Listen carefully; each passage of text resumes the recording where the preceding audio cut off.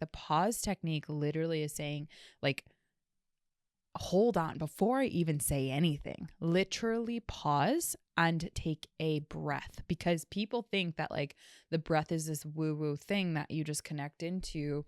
People don't understand the biochemical impact that it does to your central nervous system. These are things that you need to practice on the day to day. So like ever since that conversation that I had with that person, I have literally been practicing checking in with myself before I say things. Checking in with myself of, okay, hold on, what am I feeling right now? What am I feeling? Because I know I'm going to go have a conversation with this person again because I feel guilty about what happened.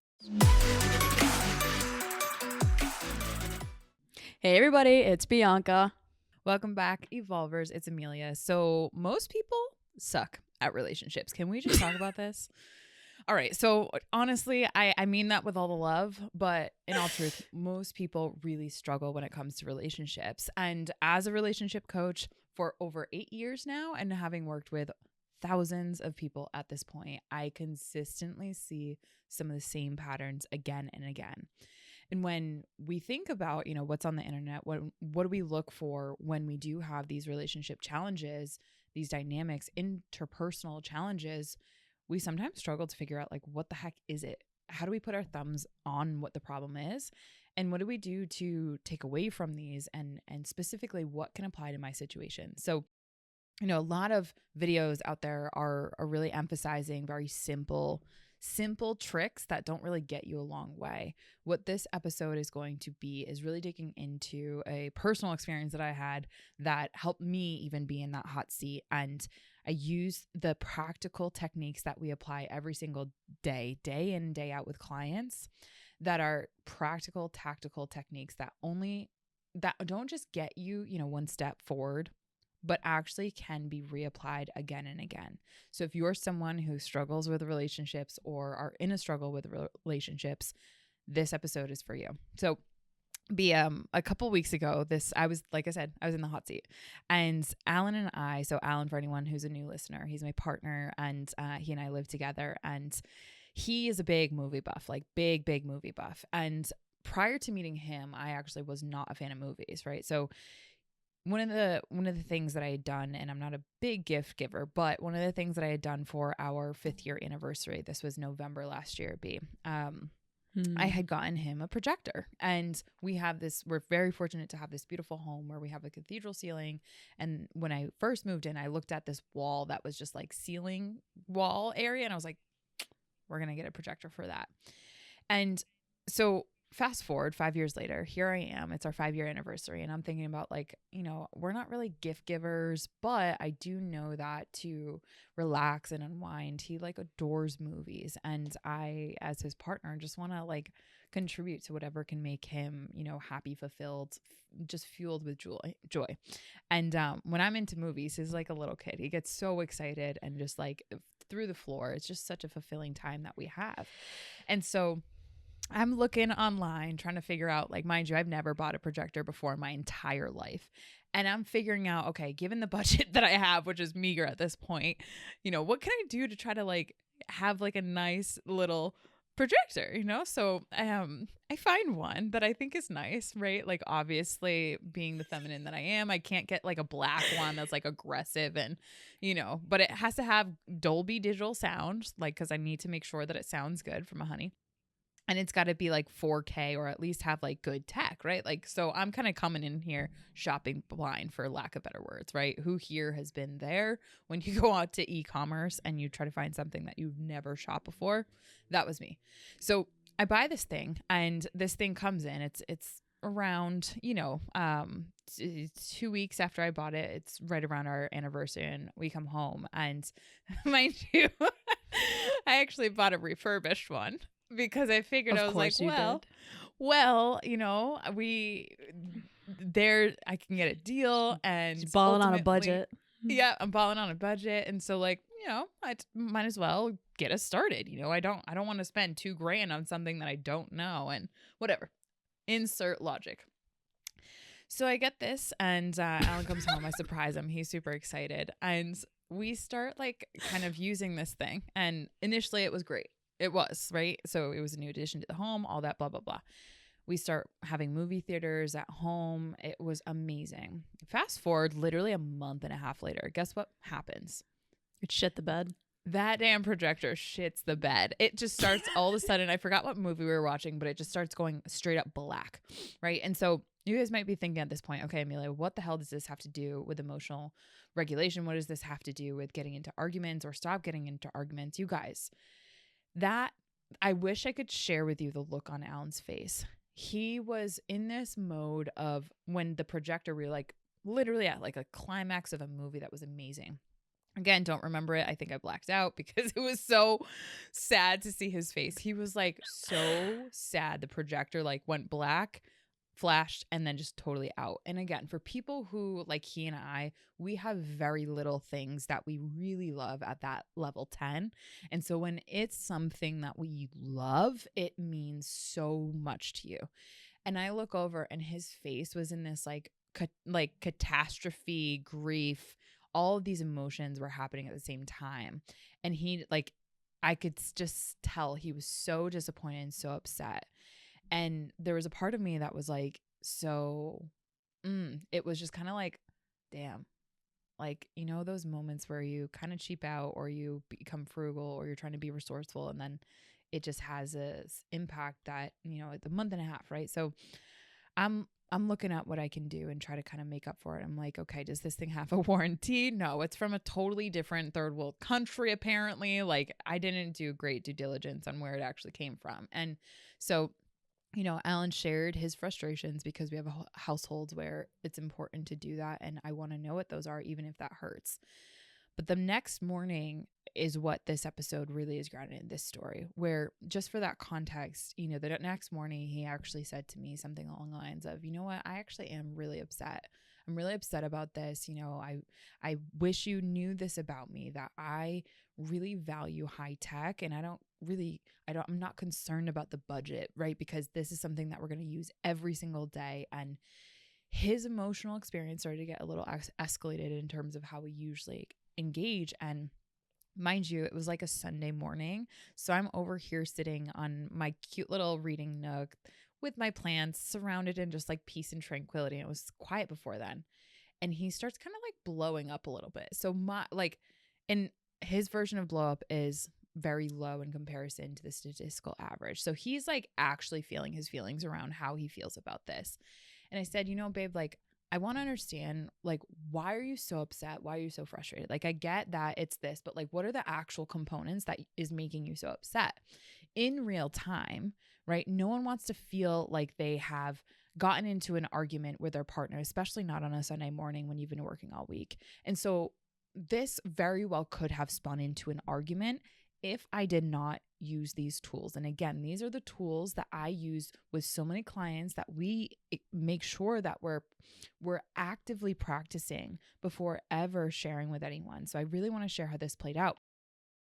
In real time, he's starting to feel his feelings. And again, like I said, in this household, that's important. Then it started to get into a little area where I started to feel a little bit of shame, right? So my ego was a little activated and I felt embarrassed. Like I felt shame. I felt, you know, all these feelings that just was like, oh my goodness, I let him down. I've disappointed him. You know, like I feel like, you know, this one thing that he loves, how did I miss the mark? How did I get crappy tech? How did I, you know, favor the budget over how important it is to have this not be a defective tool? And just like insert, there's no refund, so now I have to buy another one. Just insert the whole like inner narrative of our inner critic goes off when something goes awry in our relationships, right? So thank goodness I was in that nice tranquil corner, because honestly, if it was a nighttime type conversation, it definitely would have been in this space of, it would have been way more easier to flip my lid, to lose control, to be like super defensive, be like, you know what, babe, like I try to do this nice thing for you. What the hell? Why are you not being like appreciative and all of that, right? And that's usually where things like this go. But here's the thing, the 3 tools that actually got applied in that situation to where we had a really beautiful, really, really beautiful dialogue that now I'm able to see him at a very, very deep, intimate level of what's most important to him, what he values the most, and what I now know I will never do again. That level of seeing someone prevented an argument from happening because of these 3 tools. I'm going to round it up into a very small bow. Number one, I had a growth mindset. If you do not have growth mindsets, when you get into arguments, we inherently will suck at relationships because we do not know how other people are going to respond, what their thoughts are. We can't read their minds.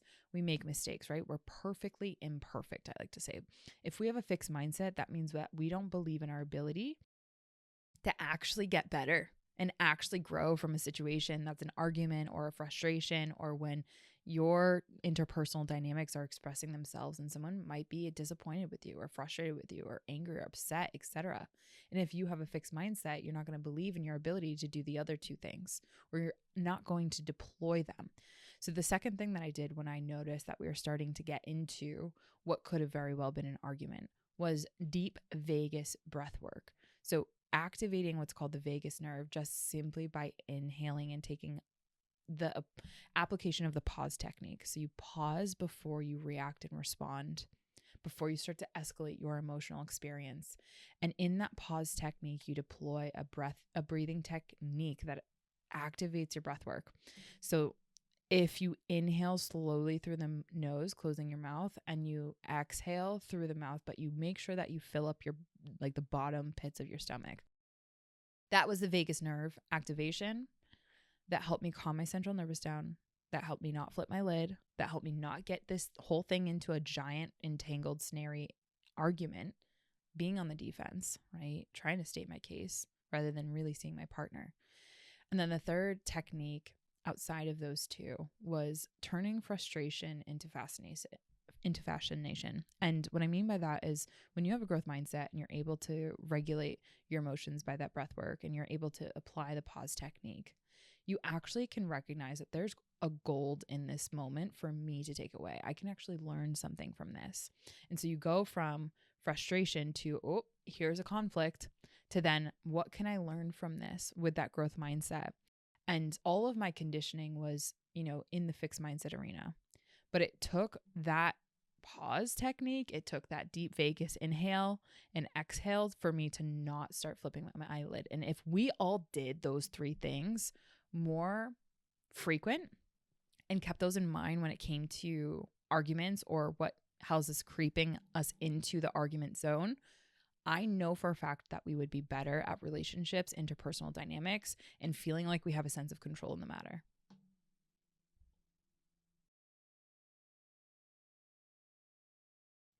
You're really, really good at all of these.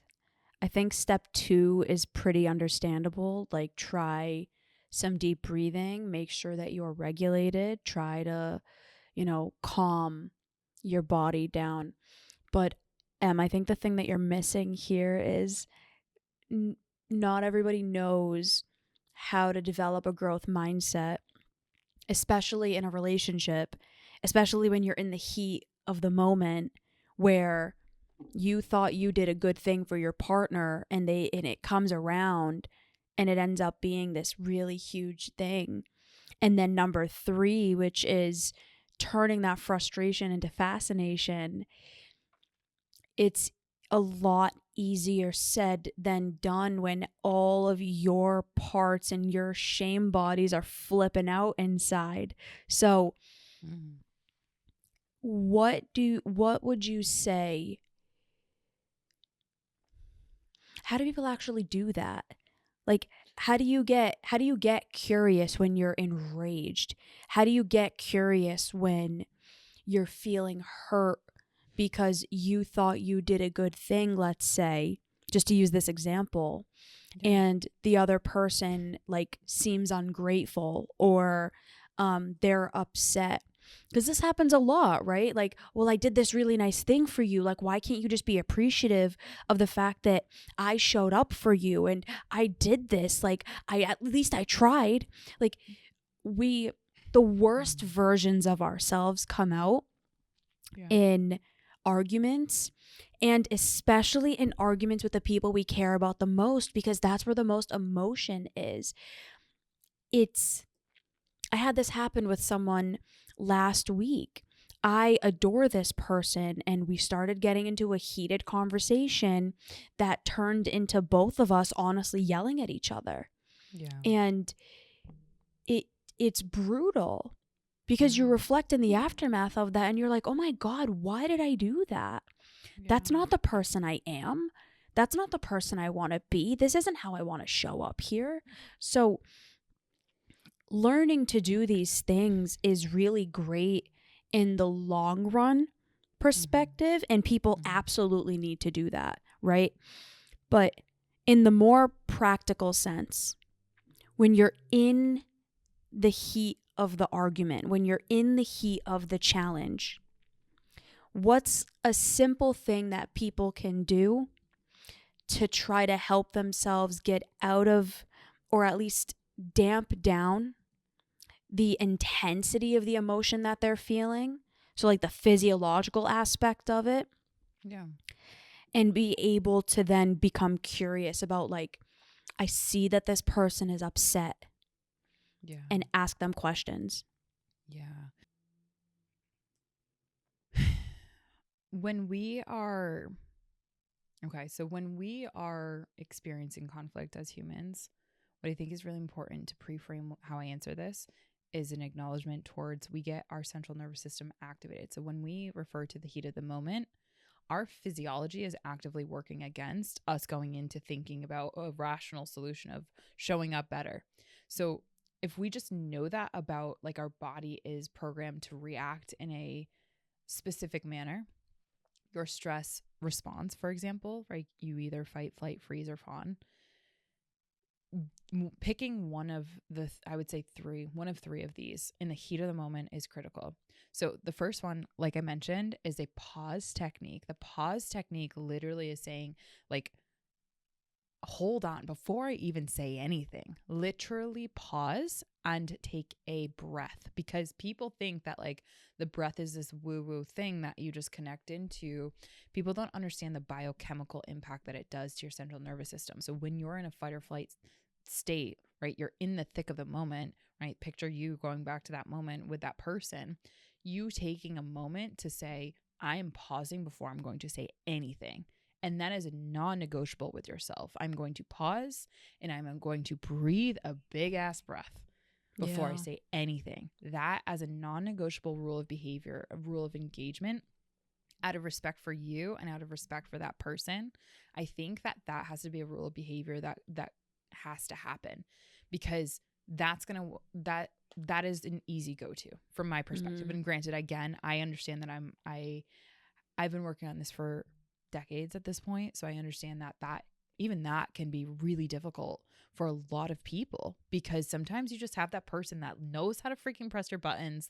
They know exactly what to say to get into and pick an argument with you and get you in that activated state, and who are trying to get a reaction from you, right? And that's a whole nother reactive violence conversation or conflict. But the second thing, before you go into that, one of the things that I need to make clear here is this is not something that you're going to be able to do just in the moment without practicing this on the day-to-day.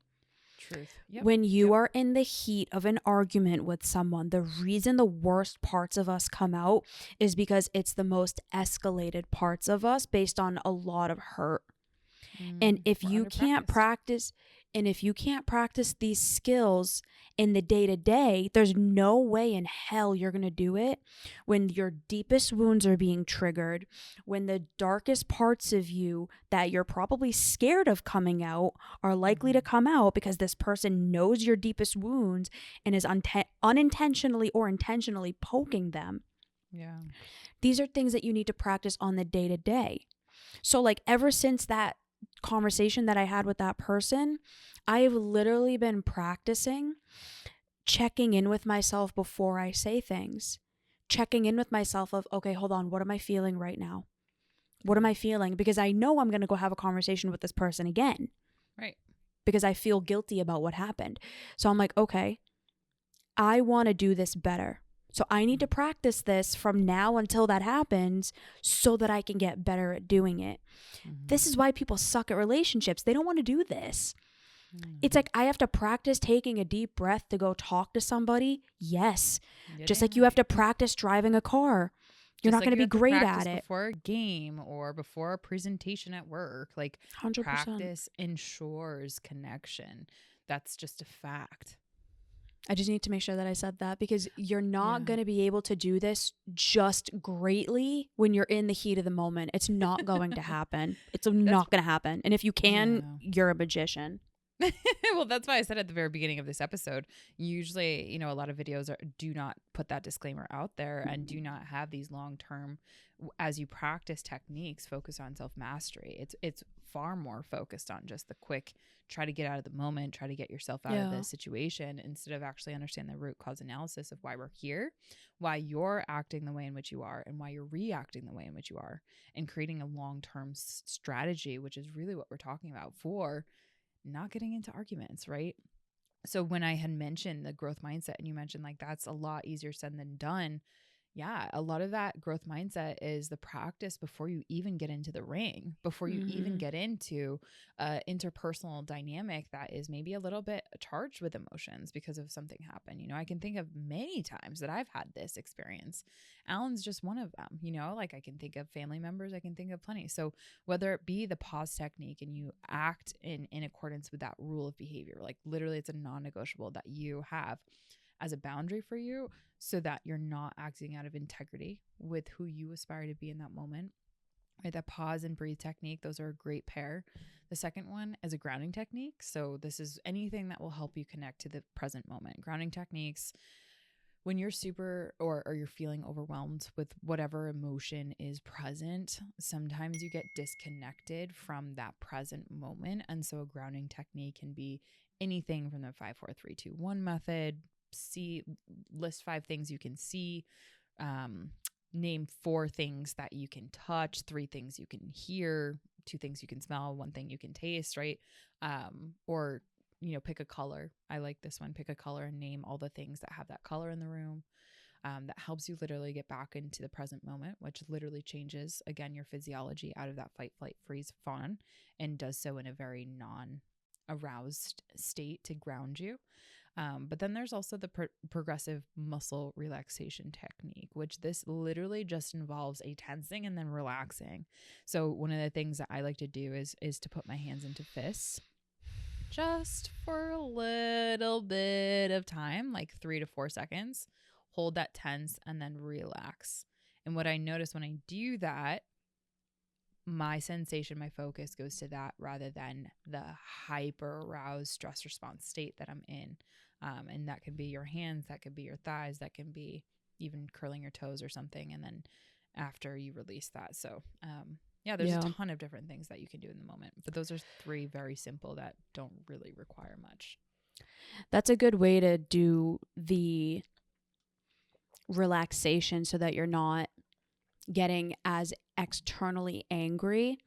Regarding the turning frustration into fascination, one of the things that has helped me at least is doing that first. So trying the best that I can to calm down and then asking myself the question, what reason does this person have to be upset?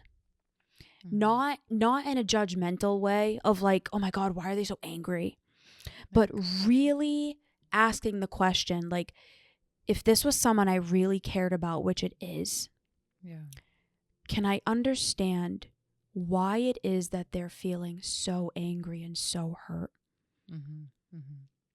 That question takes you out of the argument a little bit and gives you a sense of perspective of, this is a human being who has their own thoughts and feelings, and I might not completely agree with it, but I can understand that they are having their feelings, and I care about this person, and I want to see their perspective.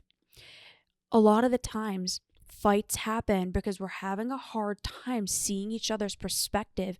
We just want our point validated. We want our experience validated.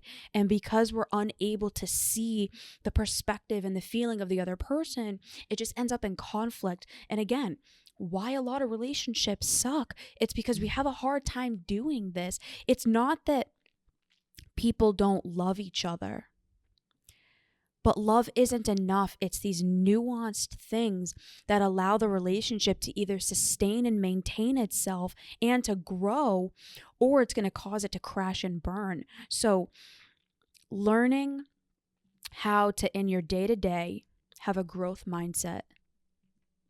This happens before the argument. This is how you make sure you don't get into arguments. Yeah. Number 2, learning how to regulate your nervous system while you are in the heat of the argument. Meaning learning how to calm the F down. Code for And then calm the fuck down. Sit your ass down. And then number 3, really doing the thing that you can to see this person as a person with valid emotions and thoughts. Those 3 things is exactly what Emilia and Alan both did in that argument. And it wasn't even an argument. It was a conversation, because they don't argue, because they do this all the time. Yeah. And this is how you can make sure that with anybody in your life that you really care about, that you don't get into arguments. And this is what I'm 10 out of 10 going to do when I go have that conversation with that person again. But I was too dysregulated to be able to do so. So now I have tools. Yep. I'm going to practice it even more than I already do. And I'm going to ensure that this doesn't happen again, because I care about the relationship. So I know a lot of this it takes practice, right? This isn't a 1, 2, 3 fix, but good relationships aren't a 1, 2, 3 fix. We want them to be, but that's not how you're going to have an amazing relationship. So we hope that this was insightful. And if you want another episode that's going to help you to navigate this a little bit more, Emilia and I did the same episode suggestion. So 379, what is your go-to shame response? Cool. Closing thoughts. Last night, actually, I was woken up actually by some shame that that came to the forefront, that had been so buried for so many years. And I'm really grateful for that. A lot of people will be like, what do you mean? So I was able to do some inner work this morning at 6 a.m. And there are a go-to shame response that we all have. And if we're not working on what is the empowering shame response, the constructive shame, turning shame into guilt, like it can really wreak havoc on our arguments. It can really wreak havoc on our relationships. And so I'm right there, final closing thoughts and kind of encouraging this jump to that next episode is to recognizing that our relationships are such an indicator of our own mental well-being, our emotional well-being, and our social well-being, right? There's such a fundamental part, and that will never not be the case. It's how we choose to show up, how we choose to apply these tools, these techniques that really can make or break relationships, and how healthy and nourishing they are for us, or the complete opposite, how toxic and how,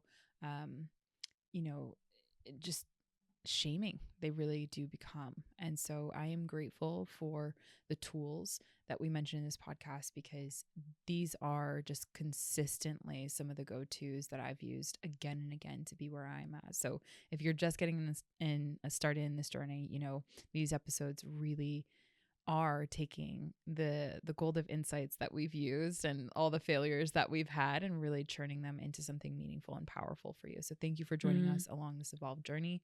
We are always a DM, an email, a message away. And those are my closing thoughts. Bye, everybody.